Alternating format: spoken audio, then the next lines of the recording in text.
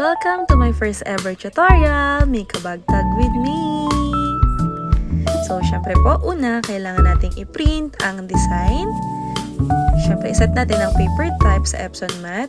Ang quality, kailangan po na naka-high. At kailangan rin po nating i-turn on ang mirror image. Kapag po magpiprint tayo sa mga PVC or sa petchit card, kailangan po naka-mirror image. At ito po ang ating printable sheet ng petchit at PVC card. Paki-ready na rin po ang ating PVC or petchit card. Next po, kapag po naprint na natin, pwede na po nating tanggalin ang mga excess part. Ang ginagamit ko po dyan is yung cup cutter.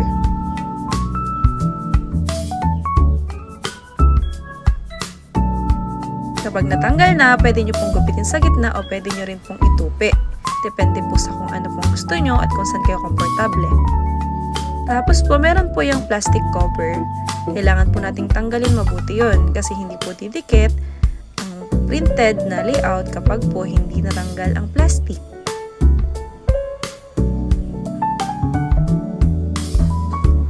Okay, pwede na po natin siyang isalang sa laminating machine.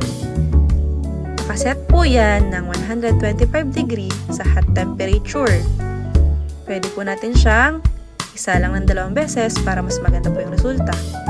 Gumagamit din po ako ng side puncher para po mas maganda yung curve ng edges niya. Tapos po, isasalang po ulit sa laminating machine. After po, pwede na po nating tanggalin ang peel away liner. Then, gagamit na po tayo ng oblong na ID puncher.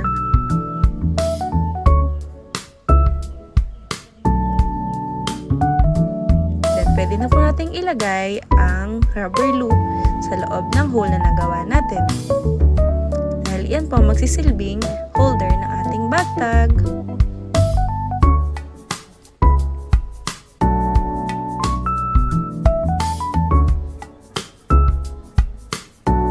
Tapos na po. Meron na po tayong bag tag. Ano naman ang susunod nating tutorial?